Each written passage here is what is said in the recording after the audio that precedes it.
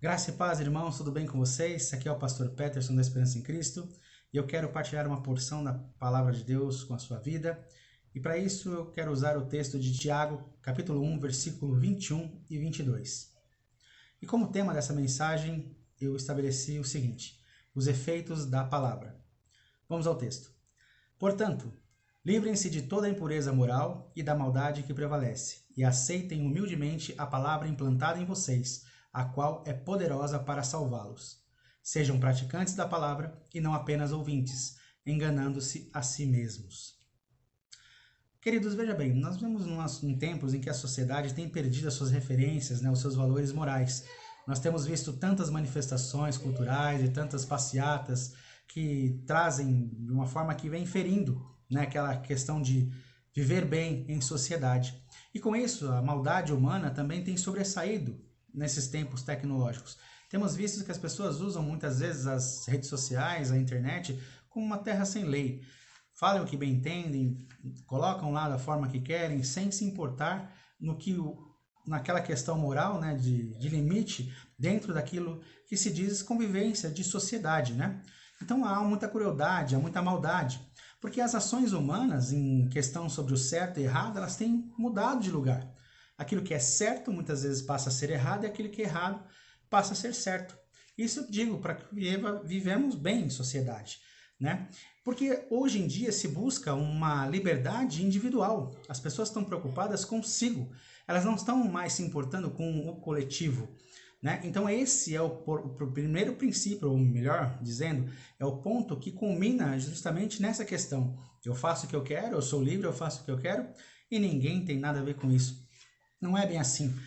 Existe aquela máxima, que se diz: quando a minha liberdade termina, onde a sua começa, e assim vice-versa. Mas o que esse texto nos chama a atenção, o que esse texto nos faz refletir, é que nós devemos nos livrar dessa impureza imoral, nos livrar destas coisas e dessa maldade que tenta prevalecer, ou que prevalece, melhor dizendo, através de que nós vamos fazer isso? Através de como que nós vamos conseguir isso? Através da palavra que é implantada ou enxertada em algumas traduções em nós, porque ela é poderosa para nos salvar.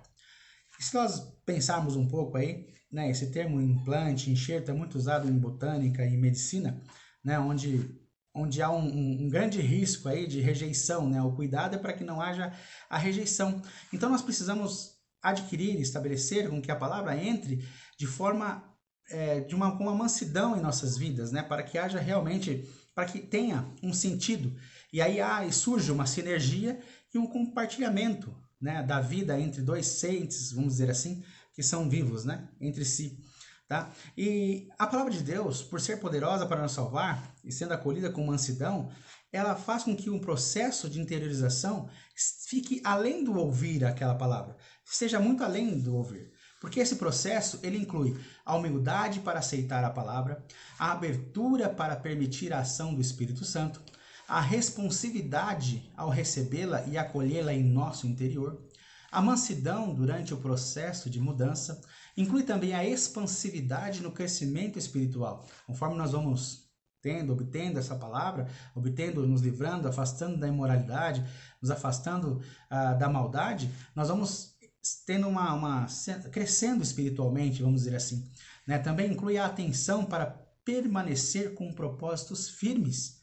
Também ela nos dá um direcionamento e firmeza para podermos prosseguir, fora a liberdade no âmbito coletivo. Hebreus 4:12 nos ensina que a palavra de Deus ela é viva e eficaz. Isso nos dá uma garantia de que os seus efeitos são reais e transformadores. E os ensinamentos acolhidos aí tem que ser com mansidão, tem que estar com o coração aberto para receber esta palavra. E simplesmente, meus amados, não basta ouvir a palavra, porque ouvir a palavra, ela pode produzir a fé.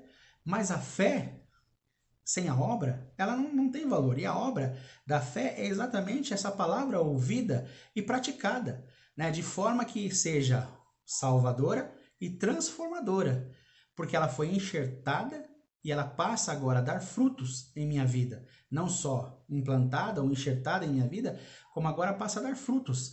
E isso é que nós precisamos aprender. Aprender a ouvir a palavra de Deus, a forma de sermos transformados por ela através juntamente da atuação do Espírito Santo operando em nós, né? E o que nós podemos fazer para que haja esse acolhimento dessa palavra, dessa forma que seja transformadora, uma palavra que nos salva, uma palavra que, implantada em nossas vidas, surta um efeito que dê frutos e bons frutos, frutos dignos de serem colhidos, né? Nós podemos aqui colocar 4 práticas para produzir esses frutos. Vamos colocar a meditação, a reflexão, a oração e o discipulado. Vamos ver cada um rapidamente, cada um deles, como é que funciona. A meditação. A meditação. Meditar é pensar com cuidado e atenção, gastando tempo, ou melhor, ganhando tempo com Deus e a sua palavra.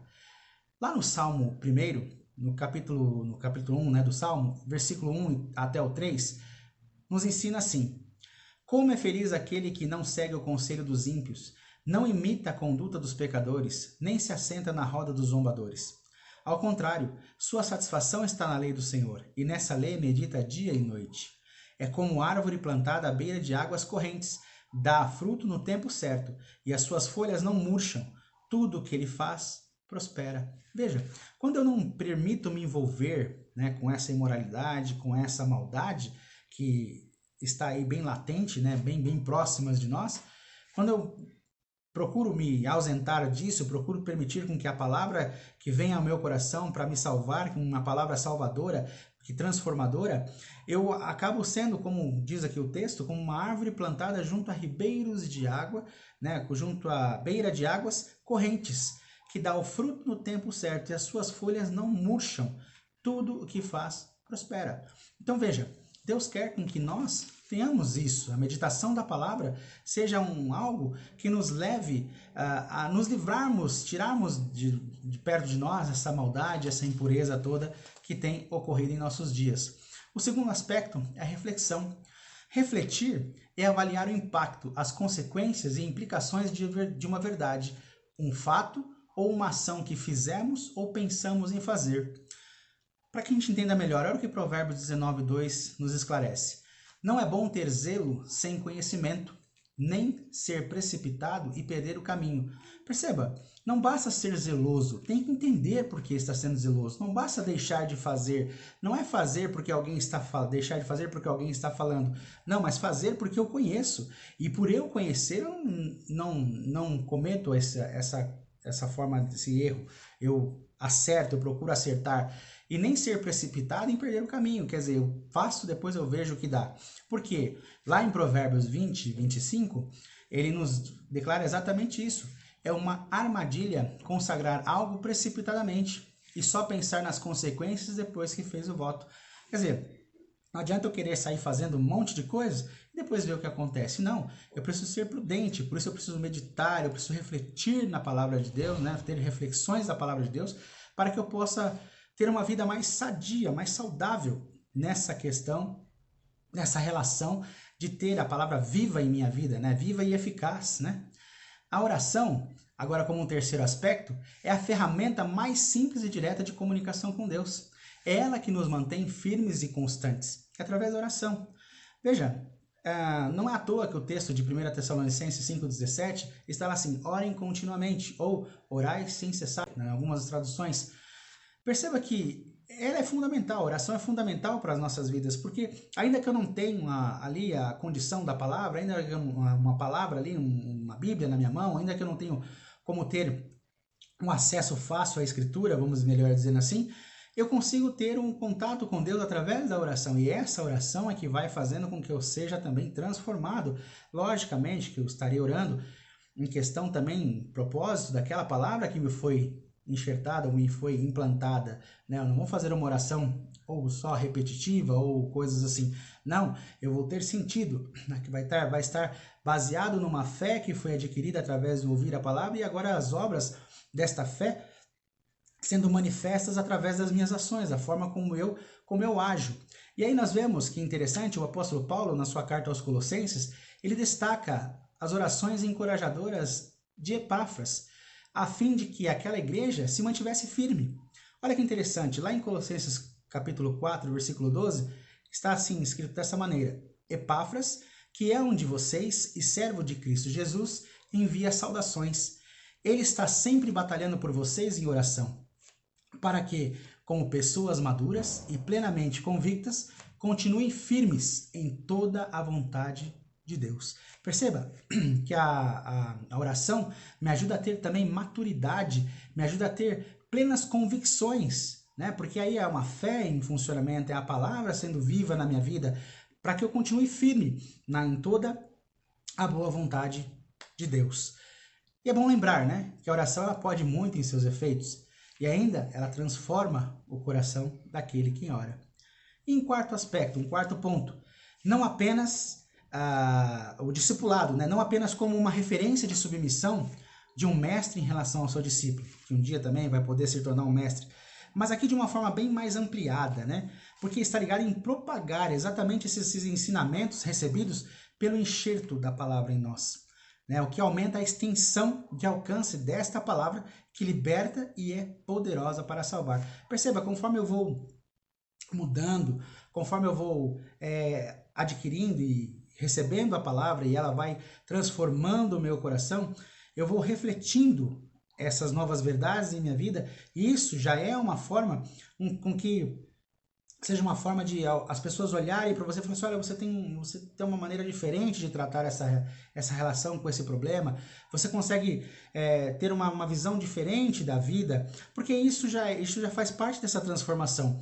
E aí vamos passando isso, né, de uma forma clara, plena, de forma com que os outros também vão sendo discipulados e vão sendo também levados, melhor dizendo assim, justamente pela essa propagação, não só da maneira de agir, da maneira de falar ou da maneira de pensar, mas nós vamos estendendo o alcance, né? E aí aqueles que estão à nossa volta vão também percebendo, e isso vai fazendo com que criamos novos hábitos no nosso meio, hábitos sadios, hábitos saudáveis, hábitos que vão levando com que a moral seja estabelecida, a maldade seja aplacada, e aí isso não deixa de ser uma forma de discipulado. Porque veja, esse na realidade é um dos ensinamentos, né, que nós temos como ensino ordenado pelo Senhor, que é ganhar, consolidar, discipular e enviar. Então entenda, nós ganhamos, falamos de Jesus, ganhamos isso de graça, recebemos de graça, damos aquilo que recebemos de graça nós também damos, nós consolidamos, porque agora está sendo implantada essa palavra nova em nossas vidas, vamos discipulando, que devemos não só aprendendo, mas também ensinando, e aí depois disso nós fazemos com que isso torne-se um ciclo, e aí é o envio. Tanto é que a palavra chegou hoje em nossas vidas, nesse ano que nós estamos, em 2020, porque alguém lá atrás ganhou, alguém lá atrás consolidou, discipulou e enviou. E aí essa palavra pôde chegar até nós. E olha o que diz o texto de Mateus 28, 19 e 20.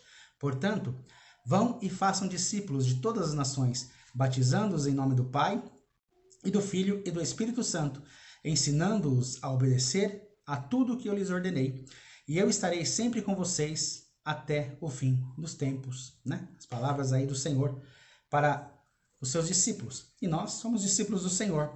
Então veja, meus amados, nós com essas quatro reflexões aqui, esses 4 pensamentos, nós podemos entender que é preciso permanecermos sensíveis à palavra de Deus por um tempo suficiente para que ela produza frutos.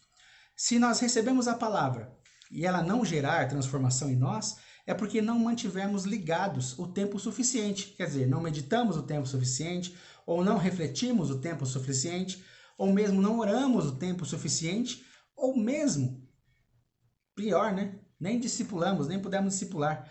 E aí, quando acabamos recebendo essa palavra, ela logo acaba sendo esquecida, ou acabamos nos esquecendo dela. E aí é o texto de Tiago 1, 23 e 24, na continuação aí do texto que nós estamos lendo, que ele nos declara, porque se alguém é ouvinte da palavra e não praticante, assemelha-se a um homem que contempla no espelho o seu rosto natural, pois assim mesmo se contempla e se retira, e logo se esquece de como era a sua aparência. Perceba, é algo momentâneo, né? É algo pontual. E na realidade a transformação, essa transformação de liberdade, de questão de você convivência, de uma liberdade coletiva, ela se estende não só para mim, mas para todos que estão à minha volta, de forma com que haja uma transformação de vida. Não é uma transformação pontual, é para sempre, é para o resto da minha vida. E aí eu vou sendo transformado para o resto da minha vida. Os meus conceitos, os meus valores vão sendo fundamentados em verdades que me salvam, verdades que podem mudar a história da minha vida. E é esse sentido que nós estamos falando aqui, como nós lemos lá no texto logo no início. E aí nós podemos pensar aqui em alguns desafios para as nossas vidas, né? E aí como quero propor eles para vocês, e eu quero propor na seguinte ordem. Busquem conhecer com precisão e profundidade a palavra de Deus. Permita que ela seja enxertada em sua vida. Não pare e nem estacione seu conhecimento em relação à palavra. Pergunte-se como colocar em prática cada verdade nova que aprender. Continue a praticar os princípios recebidos. Compartilhe seu conhecimento e experiências de transformação com os outros. Liberte não só você, mas os que estiverem à sua volta. Porque, irmãos, hoje é preciso sermos pessoas melhores do que nós fomos ontem. E amanhã nós precisamos ser melhores do que nós fomos hoje.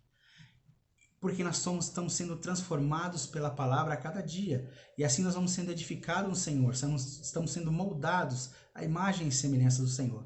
Né? Nós temos o nosso Senhor Jesus Cristo como referência. Como diz o texto, ele é a expressão do Deus vivo. Né? Como nós lemos na Escritura, ele é a expressão do Deus vivo. E assim nós somos seus discípulos. Nós também podemos expressar esse Deus vivo através das nossas ações baseadas nos feitos de Jesus, baseadas nos ensinamentos de Jesus. Então que eu e você possamos ter esse cuidado, né? Para que a nossa palavra não fique, porque a palavra não fique perdida em nossas vidas, ou só simplesmente, falou e não tenho mais interesse. Porque se nós entendermos a cada dia que nós precisamos ser tratados por Deus. Veja, conhecer a Deus e prosseguir em conhecer é todos os dias, né? Não é pontualmente, não é uma coisa pontual. Nós estamos falando de uma liberdade que ela é real, né? Uma liberdade que não só eu sou impactado, mas aquele que está perto de mim está impactado. E olha o que diz aqui o texto de Mateus 7, 26 e 27. Mas quem ouve estas minhas palavras e não as pratica é como um insensato, que construiu a sua casa sobre areia. Caiu a chuva, transbordaram os rios, sopraram os ventos e deram contra aquela casa, e ela caiu, e foi grande a sua queda. Então, por isso, nós precisamos estar enraizados, termos a palavra de Deus enxertada em nossas vidas, implementada, implantada em nossas vidas, de forma com que ela realmente dê frutos, para que nós possamos prosseguir e vencer o dia mal e nos afastar de nós toda a imoralidade e toda a maldade que prevalece.